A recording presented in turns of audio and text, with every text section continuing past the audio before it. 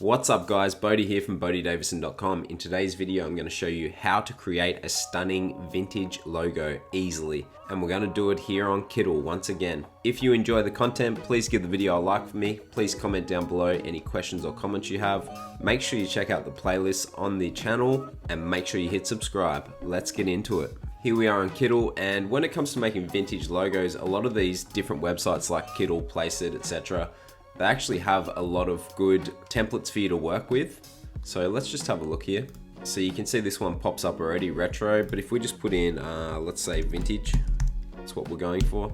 So as we can see, lots of cool vintage designs here. You can go and edit any of these and just make it that easily. And as you can see, lots of cool designs here. So you can go and edit any of these and just make it however you want it to be. And there's lots of good ways to start. Like this one's a good start here, similar to what I'm talking about, vintage style today. And this one, and this one. This looks kind of cool. Not quite as vintage. This one here is more the style I'm talking. So you can say there's lots of different ones that you could, this one here, that you could just go and edit and start playing around with. And that's the beauty of using a website like Kiddle.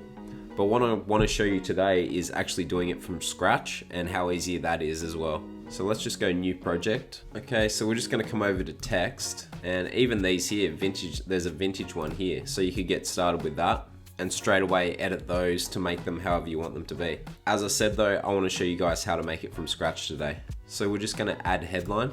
Now I thought we would do like a vintage car garage, something like that, like vintage race cars. You can just use something like a business name generator, and then you just put in your description and it comes up with lots of different ideas here. I'm thinking we might go vintage speedsters. Sounds like a cool name. The other way you could do it is just put it into ChatGPT, of course. So I'll just put in, you are a business name generator for a vintage car garage. Let's see what that comes up with. And straight away ChatGPT has some cool ideas there. But I think I'll go with my name, Vintage Speedsters, from this other generator here. Anyway, let's go back here. So top word will be vintage. Text is over here, so we're looking for something fancy. I kind of like Black River. It's definitely got that vintage sort of look to it. We'll do that for the top one. And if we want to add a second line, we might just add another one. Drag that down here. And I think we will use the same lettering. Might change that, but we'll just have a look in a second. Anyway, we'll make these a bit bigger. So just drag them out. It's literally that easy. And drag this one out. Cool, leave that for now. And just to show you guys, you might like how this looks, but you can actually change each letter. So if we just go over to these glyphs here and click on that, and maybe there's a different sort of letter style that you like. So you might like this style instead. So you just click on that, and then you could put that in there if that was something you're interested in. I actually prefer the other one, so we might leave that. But we might actually look at the E here. So if we go to glyphs again, and maybe go with something like this. Background color, we just click on that, and we can change that if we want. Maybe like a darker purple. And the text color will change to that color there. And they're both the same now. Alright, so when we're going for that vintage look, we can come over and go to elements.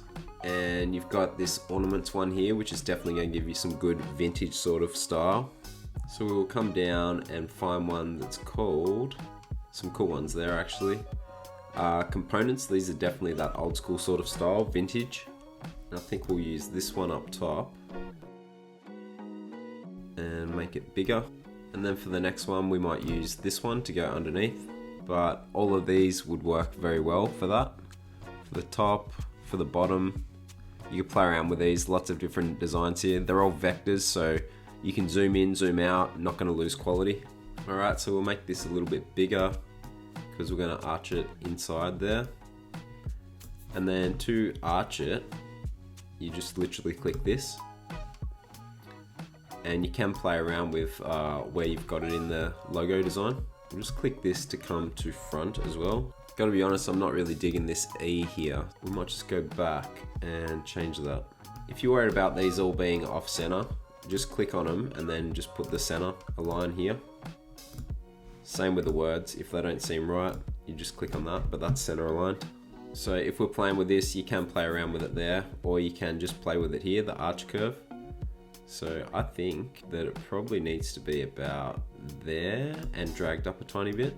Say that's pretty good. Okay, so this is looking pretty cool, but what you can do from here is actually do text effects, and this is where it really takes shape. I'll just click on this one here, and we'll just click on this and change the color. You could actually make it that gold of what's in the other one. You can see the differences here. I think that looks good. Then there's this decoration one here, which looks really cool. So you can change that. Half and half. That looks pretty cool. And then that. And obviously you can play around with these as well. And you can play around with the color here. So if we wanted to do like a... Just thinking, even the dark black actually looks pretty cool. And you can change this, which is going to bring down like how far it goes. Alright, so our bottom text will actually fit into here.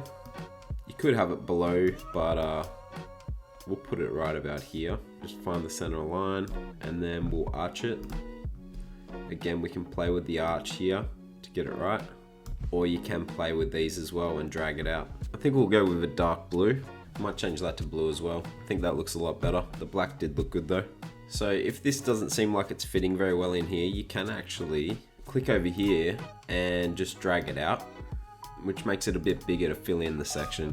Different fonts, you can drag it right out. Okay, so something that you can do is group everything and then change individual colors by clicking up here. So if you didn't like this sort of color that's in it, you can click on that and then go through and change it. I actually don't mind the colors that are in this, but it's something to be aware of. So the light blue that's in here, I don't actually like that as much. So let's just play with that. And it's just a really quick way to just do like a bulk edit. Even if we've done something brighter. To be honest, that's where the black might actually come into play. So we might go with the black on that.